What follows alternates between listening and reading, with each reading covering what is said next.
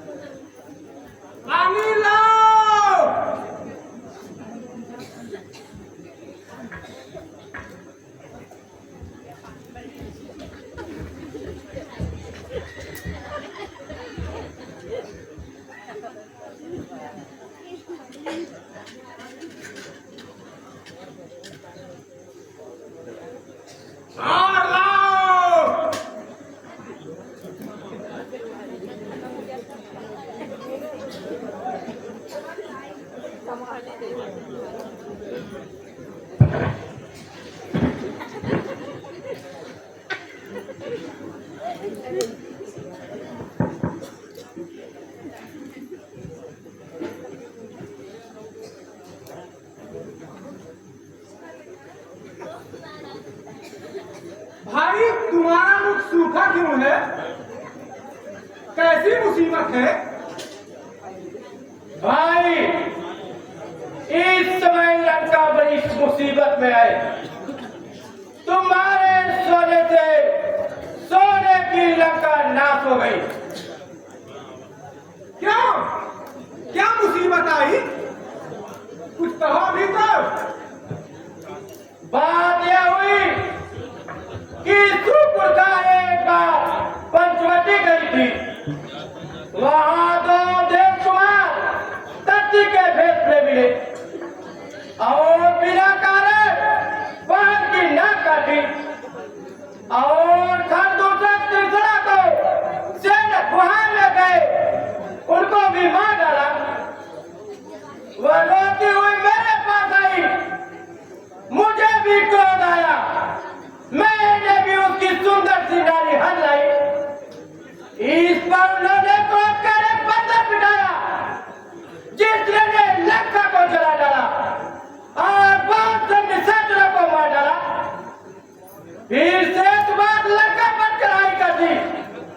बड़ा शौक है भाई, जो मुख्य योद्धा थे सब मारे गए, इसलिए तुमको जगाना पड़ा। क्यों गई वहां पर सुरपड़खा? क्या काम भला था जाने का?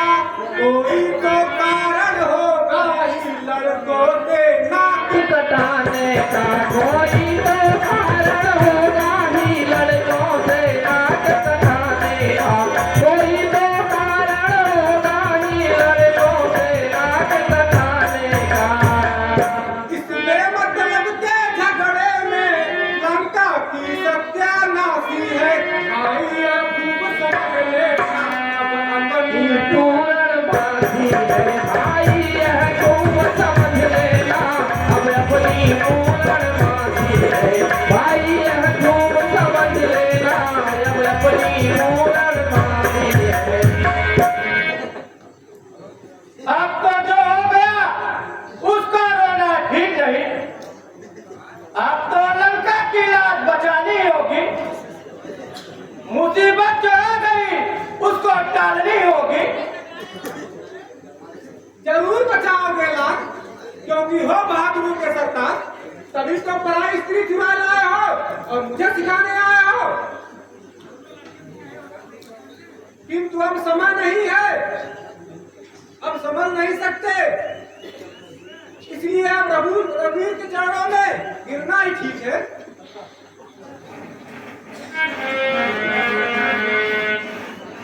अभी अभी जो सीन गुजरी है,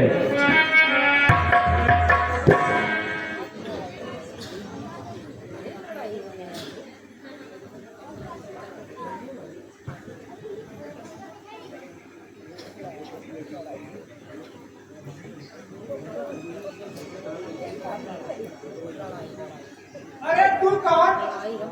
रामादल में निशाचर तू कौन? भाई मैं विभीषण हूँ।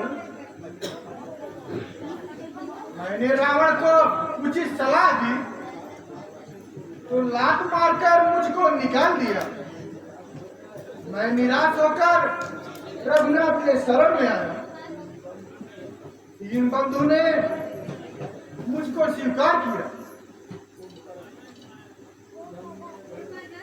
तू धन्य धमकुल में, तू धन्य मेरे भाई तू धन्य रघुकुल में, तू धन्य मेरे भाई, तू धन्य रघुकुल में, तू धन्य मेरे भाई, तू धन्य रघुकुल में।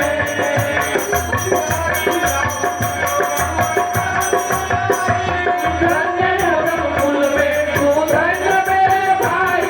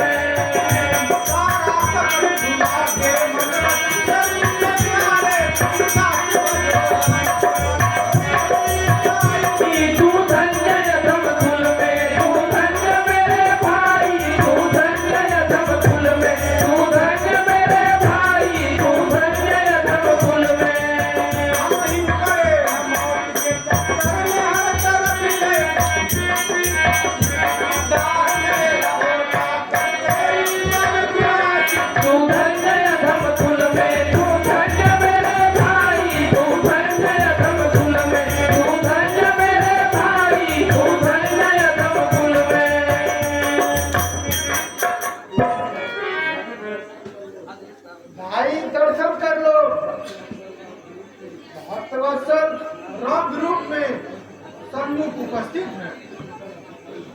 अच्छा, क्या तुम ही अवधपति हो, क्या तुम ही कुलकुल नंदन हो, रावण से रण करने वाले, क्या तुम्ही जानकी जीवन हो, रावण से रण करने वाले, क्या तुम्ही जानकी जीवन हो, रावण से रण करने वाले, क्या तुम्ही जानकी जीवन हो। यह मिला मुझ श्यामल शरीर, रण मध्य उतरने योग्य नहीं, हे राम तुम्हारी मधुर मूरत, सचमुच वध करने योग्य नहीं, हे राम तुम्हारी मधुर मूर्ति, सचमुच वध करने योग्य नहीं, हे राम तुम्हारी मधुर मूर्ति, सचमुच वध करने योग्य नहीं। इसलिए भाग जाओ रण से और भाग रहो मानो कहना, वरना जरूर युद्ध स्थल में हो। हो जाएगा तेरा मरना, वरना जरूर योद्धा स्थल में हो जाएगा तेरा मरना, वरना जरूर योद्धा स्थल में हो जाएगा तेरा मरना। हे कुंभकर्ण बातों का तुम बाल में शोभा पाते हो, रथ में बातें करने वाला कायर डरपोक कहाता है। रण में बातें करने वाला कायर डरपोक कहाता है, रण में बातें करने वाला कायर डरपोक कहाता है। लंका में यदि वीर हो तो तुम ममता छोड़ो तारों की, समझो और अब देखो होती है वर्षा बारों की। सब लोग देखो होती है वर्षा, अब तुम पर मारोगी, सब लोग देखो होती है वर्षा, अब तुम पर मारोगी।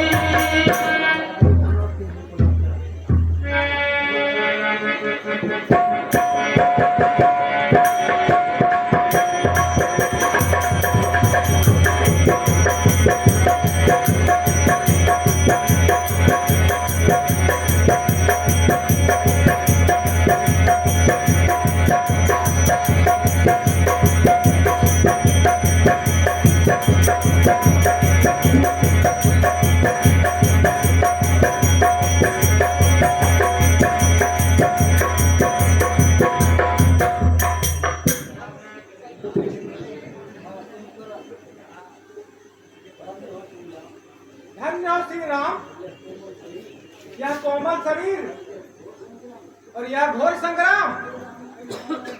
हे राम तुम्हारा बाण युक्त बस देखे ही बन आता है, कब लेते और चढ़ाते हो यह नहीं निहारा जाता है, कब लेते हो चढ़ाते हो यह नहीं निहारा जाता है, कब लेते और चढ़ाते हो यह नहीं निहारा जाता है। हाँ, एक बार फिर एक बार कौतुक दिखलाओ अपना, मैं तुम्हें पकड़ने आता हूँ। तुम बाण जला डालो अपना, मैं तुम्हें पकड़ने आता हूँ, तुम बाण जला डालो अपना, मैं तुम्हें पकड़ने आता हूँ, बाण जला डालो अपना।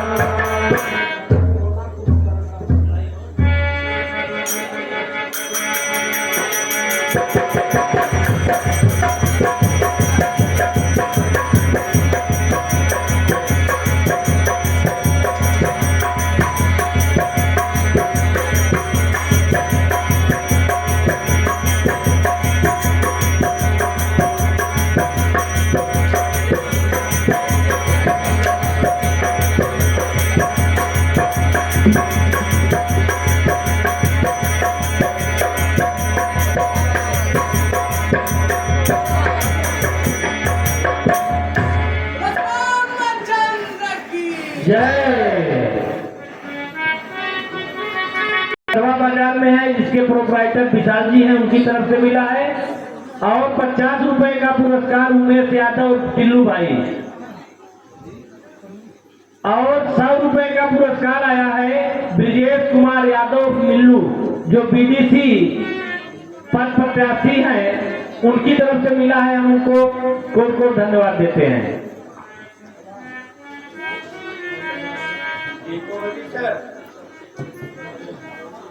ये कैसे बादल छाए हुए हैं? वह देखो कैसी आंधी उठ रही है। क्या रावण ने कोई माया रचाया है? ना यह न कोई माया है न कोई चाल है। वो देवी के मठ से धुआं उठ रहा है। मेघनाथ वहां बैठकर यज्ञ कर रहा है। यदि यह यज्ञ पूर्ण हुआ तो जीतना कठिन हो जाएगा।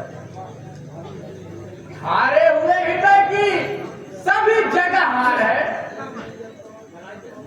जग में जब अपने पारस से लाचार पुरुषों जाता है, तो देवी और देवताओं को कायर की बात लाता है।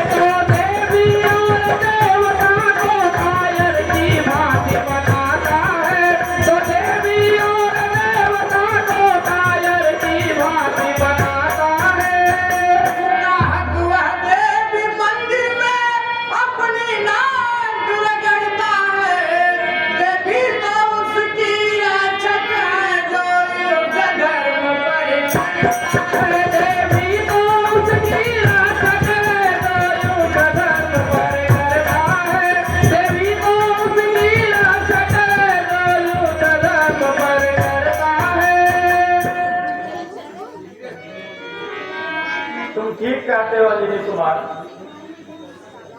फिर भी युक्ति करना चाहिए। जाओ अपना दल लेकर मेघनाथ का यज्ञ विध्वंस करो। जो आज्ञा भगवान। मुझे फिर आज्ञा दीजिए राय करने के लिए। आज बस ही देख जाएगा सौगंध ये चरणों की है, अब से उतारेगा। सौगंध ये चरणों की है, अब से उतारेगा उसका। सौगंध ये चरणों की है, अब से उतारेगा उसका। तब तक कपटी की छाती पर बोले मैं सत्य का डंका।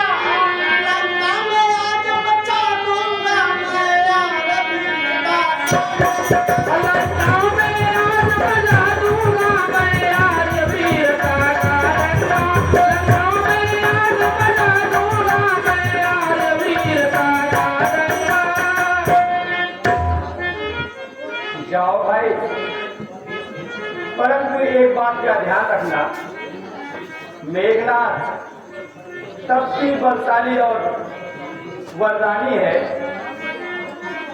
संयमी और प्रतिव्रत है। अपनी योग्यता से मरकर वह फिर शरीर में प्रवेश कर सकता है।